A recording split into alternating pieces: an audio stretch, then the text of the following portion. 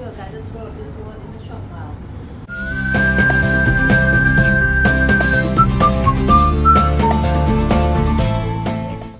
Ward 67 is special because it is a newly converted CP-CRE ward.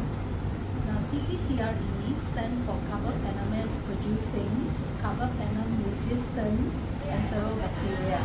CRE is actually one of the multi-resistant superbugs that we get in the hospital setting.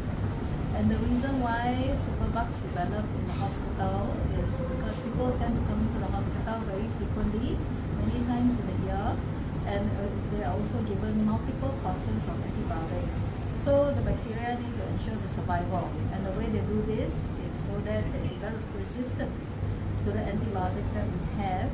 So whatever we give them to kill them in terms of antibiotics will no longer work effectively in killing them.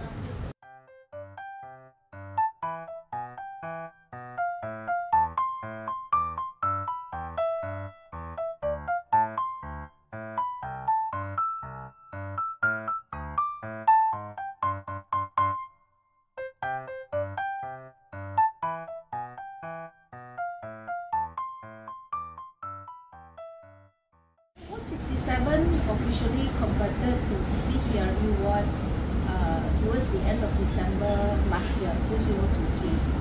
So for the 6 months since we converted to CP-CRE ward, there was a total of 368 admissions, but not everyone was CP-CRE positive. Among the 368 patients who came through Ward 67, 268 were CP-CRE positive. So that's quite a lot of patients in 6 months.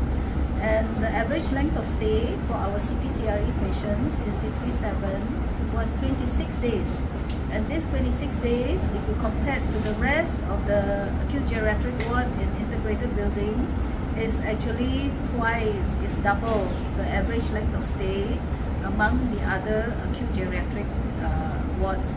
So this, what it means is we do have a lot of patients with CP-CRE in integrated building among our geriatric medicine department, and once they come in, they stay for a lot longer compared to the other acute geriatric wards, and a lot of them actually come into the hospital again after that they got discharged. So recurrent admission is also common.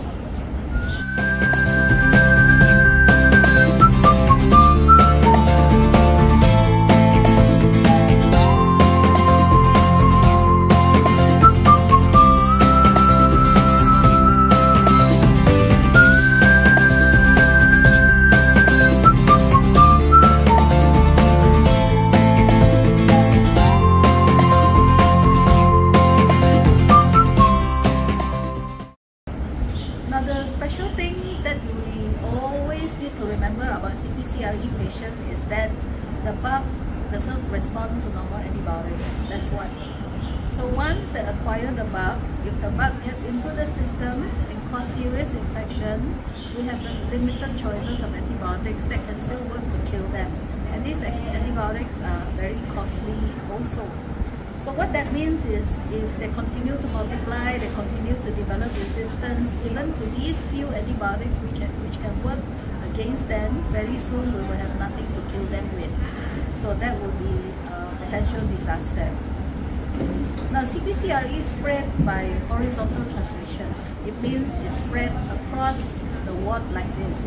So what it means is, let's say if you have a patient in a cubicle or in a room who is positive for CP-CRE, if the care team do not wash their hands properly, if they touch the CP-CRE patients, even the bed, the table, the chair, and they do not clean their hands properly, and they attend to another patient next door, that other patient will get contaminated and will become positive, will test positive for CP-CRE. And it's extremely contagious. So one patient in a cubicle, within 24 to 48 hours, everybody in that cubicle can potentially become CP-CRE positive.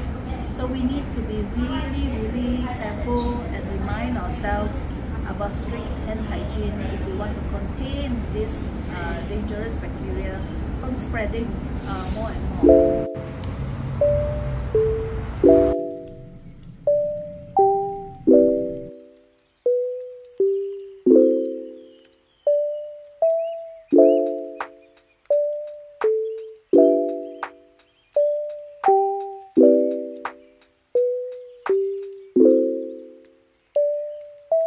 I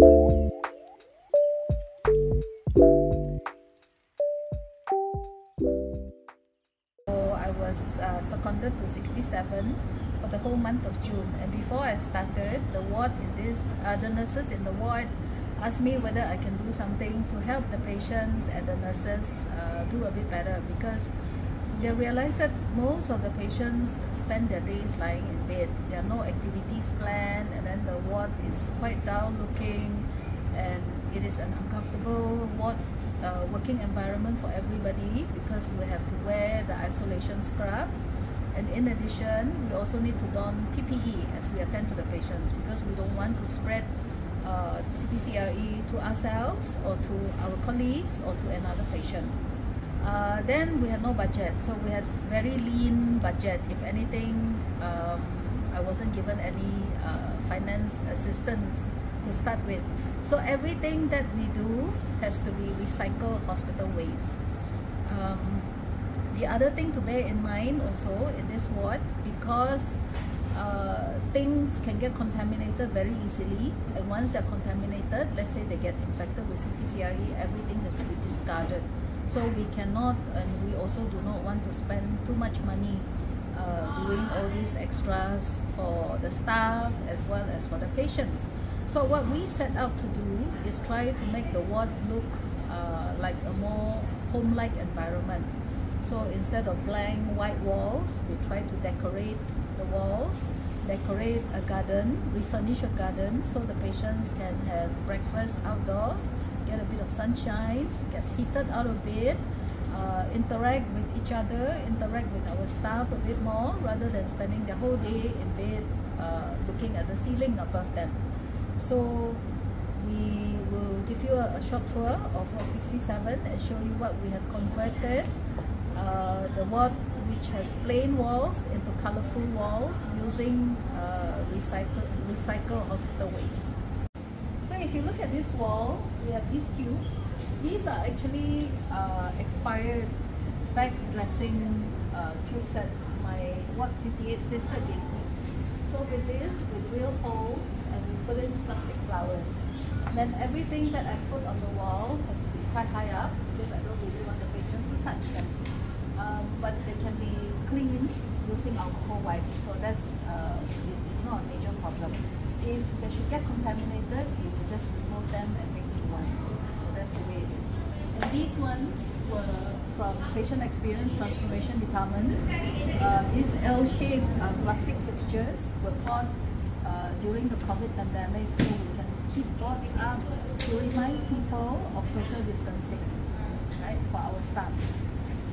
And on this wall, you can see that these are actually flower vases, but hung upside down, right? Normal flower vases have flowers facing upwards, but here I want to encourage patients to walk. So when they walk, they hold on to the wheel, they can look at the flowers, so everything is upside down in this ward.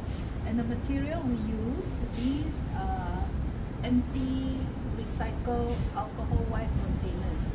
So we cut into two. One can be fixed this way, the other one we fix the opposite way. In this garden, I wanted to cut down the shade, the light, the glare, as well as the heat. So we can't really do anything about what is already here.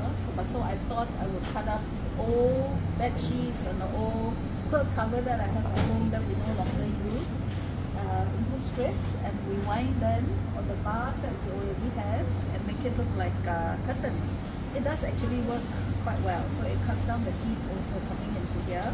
So the patients now can sit around here, this part of the garden in the morning, they have their breakfast, so they can have some social interaction. And we also have data to show that when our patients eat together, the oral consumption of their meals actually improve. So it is good for them to be able to see each other, interact, and after the breakfast, we continue with a bit of therapy over here. So simple therapy like coloring, puzzle, etc. So later on, I will show you what we purchase for our patients in CP-CRE wards. I have different patterns to fit to make all this. So these are cognitively quite stimulating for the patients, and if they play together as a group, it is also socially interactive. And here we have a whole box of newly purchased equipment for patients' activities. If I can just show you. So these equipment are all either plastic or metal. And what we need to do is alcohol wipe after the patients done the therapy with them. So we have these puzzles that the patients can fix into necklaces or into various different shapes. And this that the patient, oh, there were bits missing. So they have a ball that can circle around. And then they have these also that can build into various pieces, such as this, okay. And they have all these metal puzzle as well, which are actually not easy to do. So like this, for example, two pieces joined together. So what they have to do is dislodge the two pieces. Yeah, so that's it, like this. And then put back again, they can play again, so on and so forth. So these are made from the caps of these alcohol wipes, glued together, and these are IV lines and donated plastic flowers and bottle caps. Okay. We can do with all these IV bags, actually we can make them into bags to plant real flowers. So this is just for demonstration. You can actually either put soil in here, or you can put these water retaining gel bubbles. And these actually alive. These are money plant. So we plan to do this for the gardens that we have just been outside. And these are octopus that was made with IV lines and recycled water bottle, mineral water bottle. And these coloring are actually edible food colors. Right? So in summary, I think there's a lot of things we can do for our patients and for our staff, for everybody's well-being, because these are difficult working conditions, and we want to make life a bit more pleasant for everyone, especially for the patients. If we can get them out of bed, if we can get them to do therapy, have something pleasant to look at, I think it will make a lot of difference to their mood during their stay with us, especially if they're going to stay much longer compared to the other geriatric patients. Overall care. Okay, thank you. Yes. Hello, I'm Dr. Sheila Arroyo. I'm one of the staff registrar.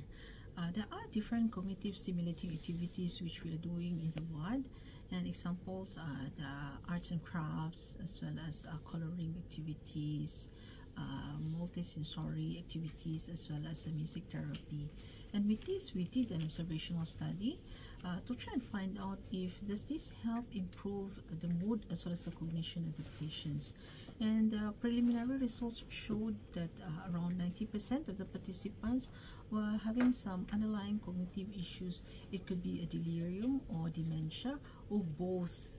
And only around 4% of them were having in a state of happy mood 24 hours prior to the therapy. During the therapy, 50% of them were observed to be happy, and around 80% of them could engage in the activities that were given to them.